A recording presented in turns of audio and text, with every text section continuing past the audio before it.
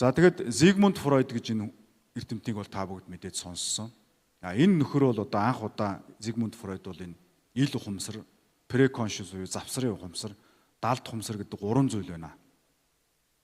Ил ухамсар гэдэг бол бидний бие гэж өөрсдөө таньж байгаа тэр зүйлийг хэлж байгаа. За преконшус буюу энэ завсрын ухамсар бол бидний ингээд тархинд байгаа мэдээллүүд, ой санамжууд. Гэхдээ бид энийг хараахан санаагүй. Гэхдээ хүчлээд санах юм бол эргээд ил ухамсар руу гараад ирдэг зүйлс гэж. За далд ухамсар гэдэг бол ерөөсөө бидэрт огт мэдэгдэхгүй.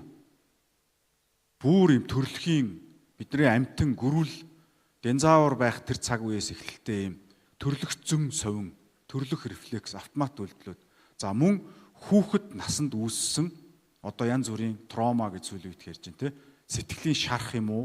Хүүхэд насанд үүссэн одоо тэр тархинд үүссэн тэр төсөөлөл мэдрэмжүүдийг хэлж байна. Энэ бол бидрийг удирдах байна гэдгийг бол Зигмунд Фройд бол анх хэлсэн.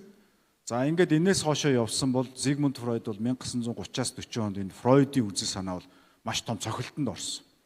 Америкийн ер нь бол Америк дээр сэтгэл зүйн судлалын гол төв нь явж исэн. Нөгөөх нь зөвлөлт холбоот улстай явж исэн. Энд бол 1940-с 50 оны үед бол дэлхийн шинжлэх ухаан тэр чигээрээ шинжлэх ухаан гэдэг үзэл рүү бол одоо алхаж орсон. Тэр нь юу гэсэн үзэл вэ гэхээр математик тоогоор нотлогдохгүй бол бүгдийг үгүйсэх гэдэг.